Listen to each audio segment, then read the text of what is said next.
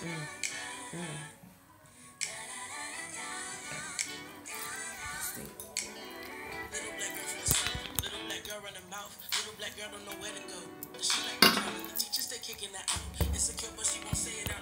go. Let's see. I'll make sure y'all can't see on my dress. Alright. Always brown eyes, she. Hey. Doesn't compromise. She's seen this world before this child is.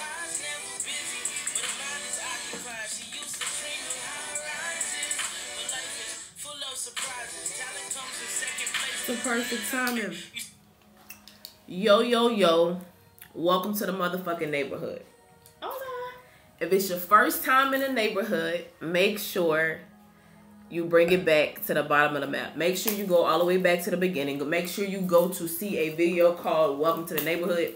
Watch it from there all the way to the point you came in on a journey. You may have come in on a journey in the middle. So if this video is after this, or the point you came in, watch them all the way to the end. This is the story of wherever God has taken me in my life. So, y'all, I'm loaded. I'm sitting here with one of my good friends, the young lady I told y'all. Her birthday was yesterday. I told y'all I was coming over for breakfast, brunch. I'm here. This is Sheila. Sheila, introduce yourself to the people.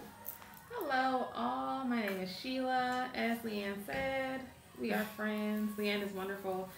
And I am just humble and grateful to be on this video right now. I'm masked up because it's COVID in part and because Absolutely. I partied last night in part, and there's some things you guys just don't need to see that are happening with my face. She childish as fuck, y'all. But I'm gonna let Leanne take it away. All right, so I met Sheila at my job. So I told you guys that I recently got a new position and I'm learning new things, and so with that I'm embracing the cringe. But before I was in the position I was in, I was the secretary. I told you guys about that as well. So when I was sitting at the front desk, I would meet tons of different types of people in that position. So Sheila is one of the young ladies who worked in the office where I was. She is an attorney, and she just had a birthday. So all right, Sheila.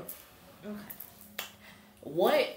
Okay, so what is one of the hardest things that you've ever faced on your journey to where you are right now in your life? Oh, goodness. That's going to take me a second because there have been so many.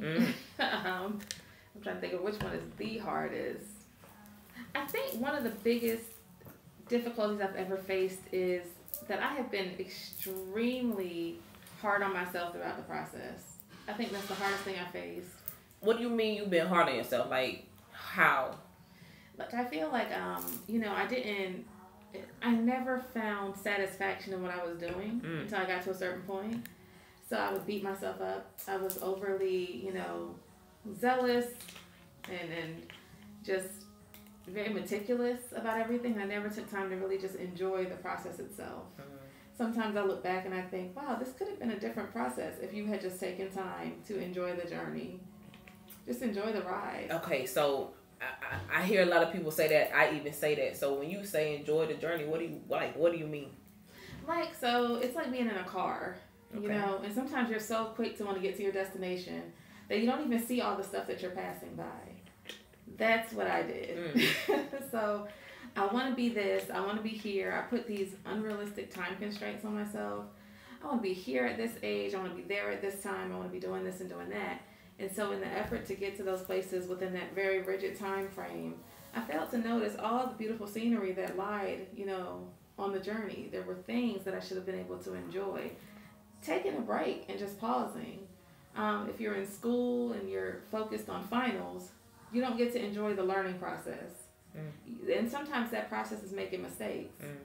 Sometimes on that drive, you might need to stop off and look at something beautiful you see. And it may not have the best outcome. It may delay you a little bit, but it's worth it in the end. So, okay. If that made sense. That made perfect sense. All right. Random. So where are you originally from? New Jersey. Okay.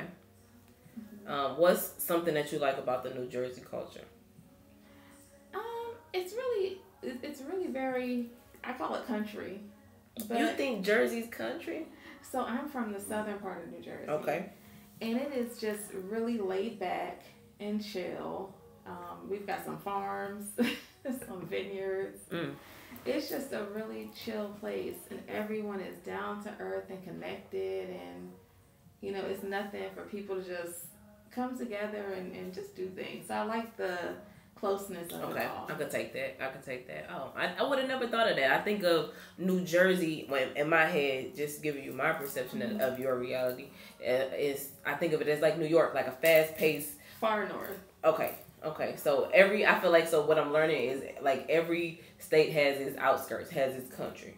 So we're like, actually, I grew up outside of Philadelphia, so far south in New Jersey. And Philly was a big city for us, but it's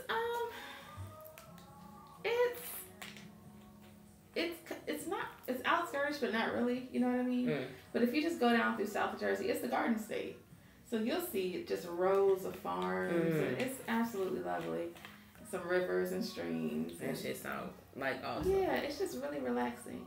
And you saw how my cousin was. She was really, you know, laid back and chill. And like me, she talked a lot. It's a family trait. But that's how we are in New Jersey. We talk a lot. We have a good time. We're laid back, you know. Okay. All right. So one, we are sitting in her sitting room. For all of the people around the world, what's the sitting room? Because that's a very southern thing. Not many people know what a sitting room is. And so let's learn about a sitting room. So a sitting room is just a room you sit in, right? But it's usually a separate room in your home. It's separate from your main living area. It's a room that sort of, usually it's either separate or divided by a door.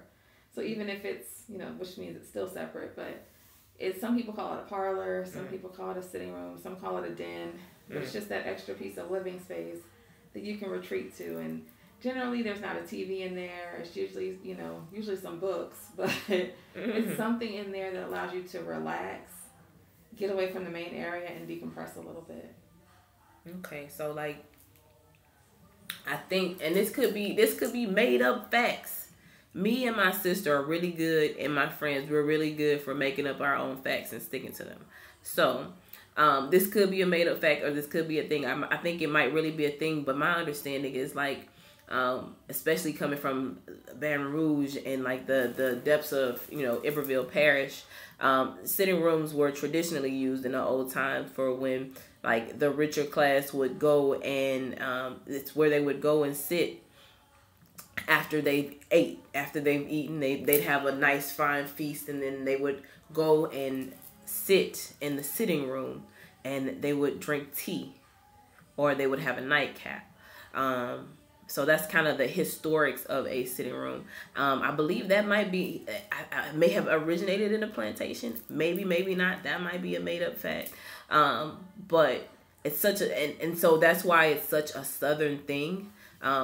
And so if your bitch don't got a motherfucking sitting room, she ain't no southern bitch. If she can't spell sitting room, don't fuck with that hoe. That bitch can't cook and her grits watery. Not watery grits. Watery grits. Oh, that's the worst. You know? I have your grits thick. I like my grits like I like my bitches thick. So that was something I wanted to talk to you about. What else? So, okay, young ladies. All right. So we just had a conversation just about the video. So don't kill me, Sheila. So no. She changes her hair every 5 minutes, but before she had her hair tied up. So me knowing Sheila as a businesswoman, so you have to understand as a businesswoman or a person, you have to be extremely multifaceted. You have to have the ability to code switch. You have to know what that is. You have to know how to replicate it impeccably. And it can't be, and it sounds horrible, but it can't be inauthentic. Yeah.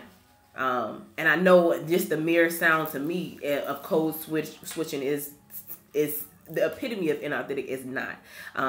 Because I'm me all the time, But I don't know. I can't explain it. I'm me all the time, but certain people get certain parts of me when necessary, because there's whether we agree with it or not, there's a certain order to life. And if you don't know how to play the game, you can never change the game.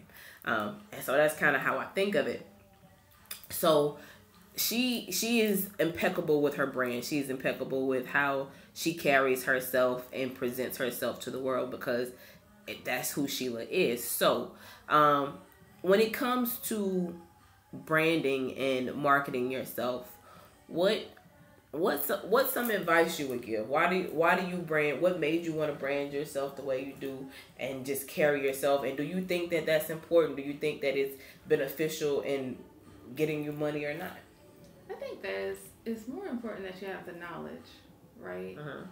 But branding is, in my opinion, my thoughts on branding is that you want to brand in a way that a person looks at your knowledge more than they're looking at anything else. So the goal is, if I go into a setting where I'm going to court or something like that, I'll dress the part, of course, but I don't want them to be taken aback by what I have on, that they're not understanding what I'm trying to accomplish with them in the court. So it's all about getting a person to, look beyond your exterior and look at your mind. So your branding should be something that draws them closer into you. You know what I mean? Versus, anything else. So drawing them into that. So kind of controversial question, but do you think that it's harder to get, especially as a female attorney, do you think it's harder to, and are you a sole practitioner? Yes. And so as a sole practitioner, a sole practitioner, explain to them what a sole, you can explain that better than I can, what a sole practitioner is. It feels like it's everything. So a sole practitioner is an attorney that practices in their individual capacity. Usually, sole practitioners just have one attorney that works in their office, and it's generally the managing attorney. Sometimes they'll have, other staff though. So you can have a paralegal or a secretary, but it's just you as the practicing attorney in that office. Okay. And so you're responsible for all the bills. You take care of everything. It's just you, right? Just you. So you run your business. Yes. So you being a sole practitioner, is it harder for you to get clients, and just based off, just a pick your brain question, to get clients based off of non-sexual and intellectual? And do you see any point, or have you ever seen any point in the legal field where you see women that are more sexualized as attorneys? And not to pit, women against women, just an intellectual question, but like, have you seen them drum up more business because of that? Or is that anything you ever encountered or paid attention to? It kind of varies. So I have seen it on both spectrums. I've seen some people who were those attorneys that are, really dolled up, and it seems like they tend to, and it depends on the area of practice too. Maybe if you're in a certain field, or if you're, dealing with a certain type of clientele, you've got to be a little more dolled up, or you may feel that you need to be more dolled up. But I don't think I've had an issue with getting clients based on sexuality so much, or a shortage. I think the biggest hurdle you have when you're a sole practitioner is just people knowing who you are. So it's more so, hi, this is me. How do they know who you are? How do you stand out from others? How do they find you? So I've seen more of that. From the sexualization standpoint, my issue has never been getting clients for that. It's more so been that, especially sometimes when you're doing work that you're dealing with more of a general population versus kind of, I don't want to say cherry-picked clients, but clients that are not appointed to you. They are more so clients that choose you. You choose to take the case. But when you're dealing with appointments, sometimes I find that my gender or the way I look, I believe it leads to a certain type of disrespect from some of those cases. But I haven't had that I haven't really seen that affect getting clients. Okay. All right. So one last question, and then I'll wrap it up, because I never know how long my phone has. I'm wretched as shit. It always just clocks out on me. It's like, nah, bitch, I'm tired of working. So Sheila is what we call a entrepreneur. This is the epitome of a hustler. What's one piece of advice you give to any entrepreneur?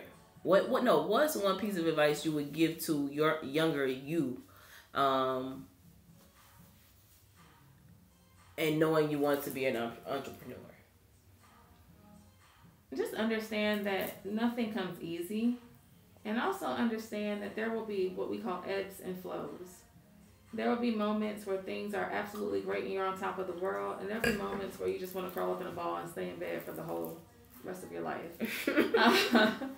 That just comes with the territory.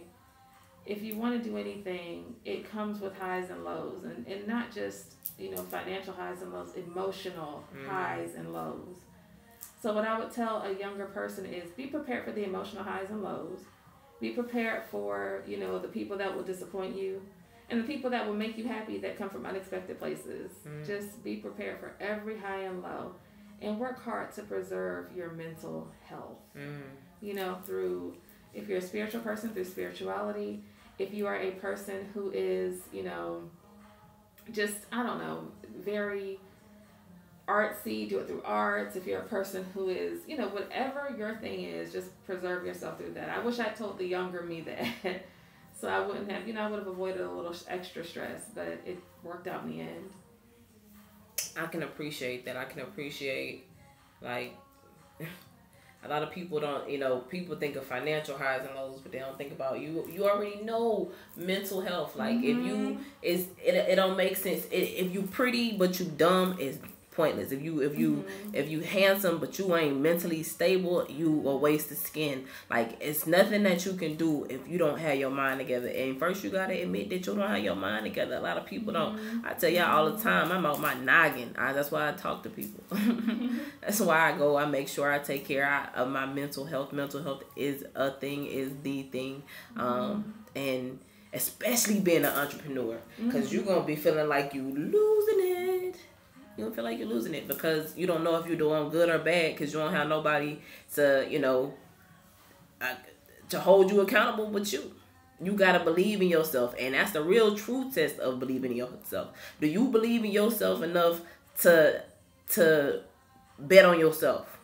Put everything on you. All my money, everything I got on you. Do you believe in yourself like that? Because if you don't believe in yourself like that, then you ain't going to make it.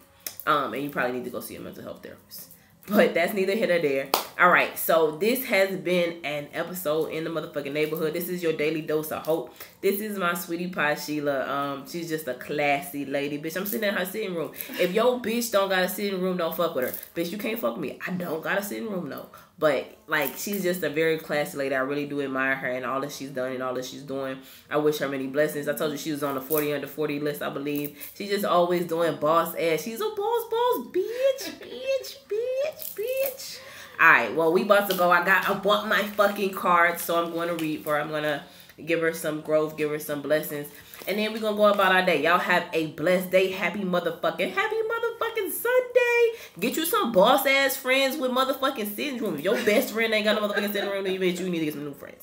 Alright, y'all have a blessed day. Happy Sunday, and go get it, because if you don't, you already fucking know somebody else will.